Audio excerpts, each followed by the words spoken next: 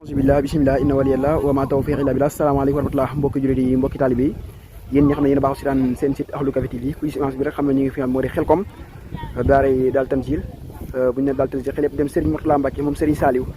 waaye nga gis noonu nag ñu nekk ci tool yi waaye nag ànd ko jàmbaari islam ji mi soxna maam Issa Mbacke Ahlu Café bintum Serigne Modou Fatou Khari waaye im Cheikh Massamba ci liggéey bu am solo boobu ku ne xam na ne mbokki taalibe yi ñu ngi doon bàcc waaye ak di jëri nekk ci tool yi tey jii nag tombeek le 21 novembre 2023 ñu ne fi nga xam ne moo di Xelkom Ndiaga waaye gis noonu jàmbaari Serigne Touba yi waa fédération Ahlu Café Touba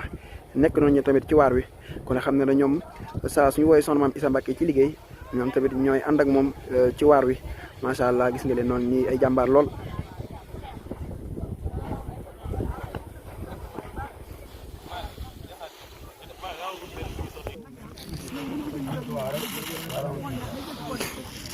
waaye si ngeen seen mbokki taalibe yi ginnaaw bi nga xam ne ñoom tamit gars yi yëri nañ waaye ñoom ñooy tànn gerte gi di lii yu baaxoo di ak li nga xam moo di ay nga xam te ne bokku ci gerte gi macha allah.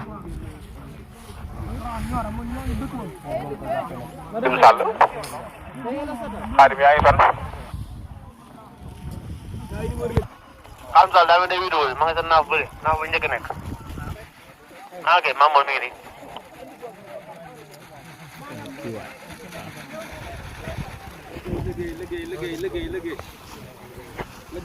waaw saa yoo waxal gaaw.